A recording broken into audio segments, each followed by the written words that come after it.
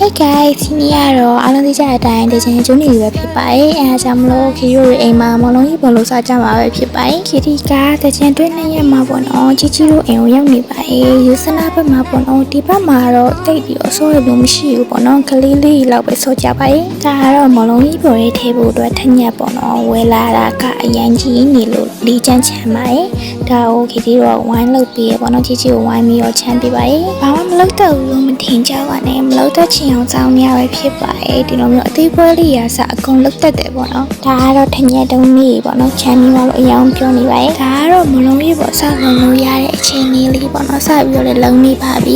EBC ကတော့ EBC အတိုင်းမှာပဲတကြံရက်တောင်မင်းမလာပြီးရဲ့အတွက်ကြောင့်မလို့မှောင်နေပါတယ်တီတီချာချာတော့လုံတာပဲဒါမှမငြင်းမညာလေးထွက်လာတော့မတက်နိုင်ဘူးပေါ့နော်ပြီးတော့ချီချီကအင်းကြီးလေးကိုလိုက်ဝင်မှာမလို့ဆိုပြီးတော့ခီတီတို့အများကြီးလုံကြပါတယ်လုံနဲ့လည်းစိုက်ပေါ့နော်အရှိမလုံထားတာတွေကပြီးသွားပြီဆိုတော့အုံးသီးလေးနဲ့အခုလိုမျိုးလေးစားပါတယ်လုံးဝကောင်းပါရဲ့ကိုလောက်တာဆိုလည်းမကောင်းလို့မရဘူးလေနော်ဒါလုံးနဲ့ဆိုရဲတတိအနေနဲ့လက်ကိုပြတာပေါ့နော်